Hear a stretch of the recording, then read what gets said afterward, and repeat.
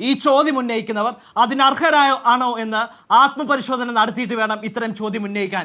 ഈ അന്തരീക്ഷത്തിൽ നിന്നുള്ള കുറേ പേരുകളുടെ പേരിൽ ഇവിടെ 19 കംപ്ലൈന്റ് ശ്രീ രാഹുൽ മാങ്കൂട്ടത്തിനെതിരെ KPCC നേതൃത്വത്തിനും AICC നേതൃത്വത്തിനും കിട്ടിയെന്ന് പറയുന്നു.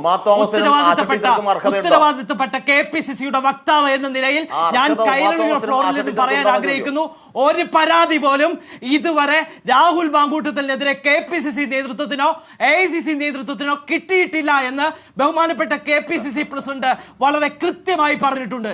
ഇവിടെ വേർ ഇസ് ദ കംപ്ലൈന്റ്? ആരാണ് പരാതിക്കാരി? ആരാണ് പരാതി ഉന്നയിച്ചത്? ഇവിടെ ആരാണ്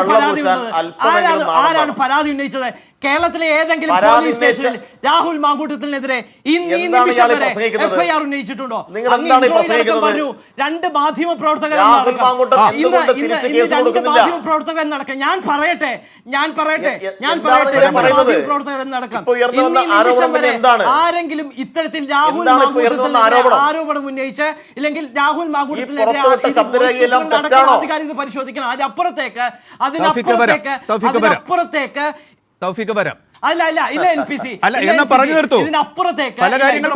വസ്തുതാവിരുദ്ധമായ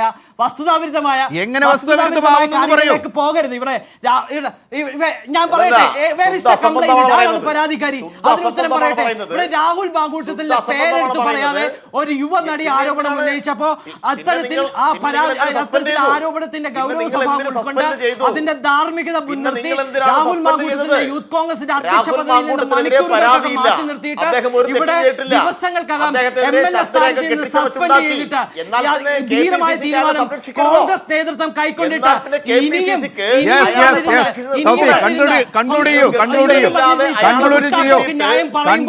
സ്വയം ആത്മപരിശോധന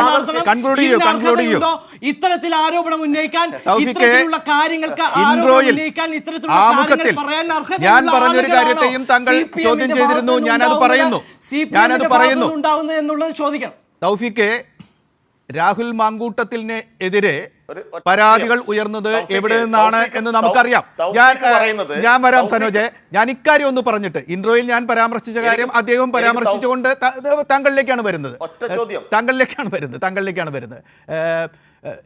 പറഞ്ഞതുകൊണ്ട് ആരാണ് ആ പരാതി ഉന്നയിച്ചത് എന്ന് നമുക്ക് ഒക്കെ അറിയാം. ഒരു നടി വന്നിട്ട് പരാതി പറഞ്ഞു. പേരെടുത്ത് പറഞ്ഞിട്ടുണ്ടോ?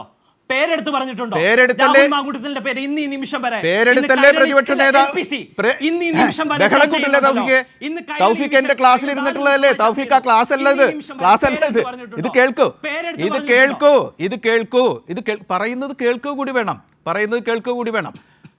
KPCC പ്രസിഡന്റിനോടും സതീശനോട് പ്രതിപക്ഷ നേതാവ് സതീശനോട് ഇത് വളരെ നേരത്തെ ഉന്നയിച്ചു എന്ന് ആരോപണം ഉന്നയിച്ച നടി പറഞ്ഞു.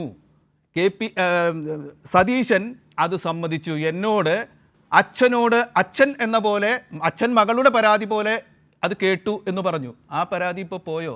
സണ്ണി ജോസഫ് പറയുന്നു ഒരു പരാതിയുമില്ലെന്ന്. അതാണ് ആ പരാമർശിച്ചത്. 2 മാധ്യമ പ്രവർത്തകമാർ ഇതിൽ ഇപ്പോൾ അവരുടെ ഫോൺ ബൈറ്റുകൾ പുറത്തു വന്നതിലൂടെ ഇതിൽ ഇൻവോൾവ് ആണ്. ആ 2 മാധ്യമ പ്രവർത്തകരും ഈ നടിയും ഉന്നയിച്ച കാര്യമാണ് ആമുഖത്തിൽ പറഞ്ഞത്. ഒപ്പം തന്നെ ഒരു ട്രാൻസ്ജെൻഡറും. ഈ 4 പേരും ഉന്നയിച്ച കാര്യമാണ് ആമുഖത്തിൽ പരാമർശിച്ചത്, ഇൻട്രോയിൽ പരാമർശിച്ചത്. അത് അങ്ങനെ വന്നിട്ടുണ്ട് എന്നത് ശരിയാണ്. അതില്ല എന്ന് പ്രസംഗവേദിയിലെ പോലെ നിന്ന് വാദിച്ചിട്ട് കാര്യമില്ല. ഇത് തൗഫീഖ് പറയിപ്പിച്ചതാണ്.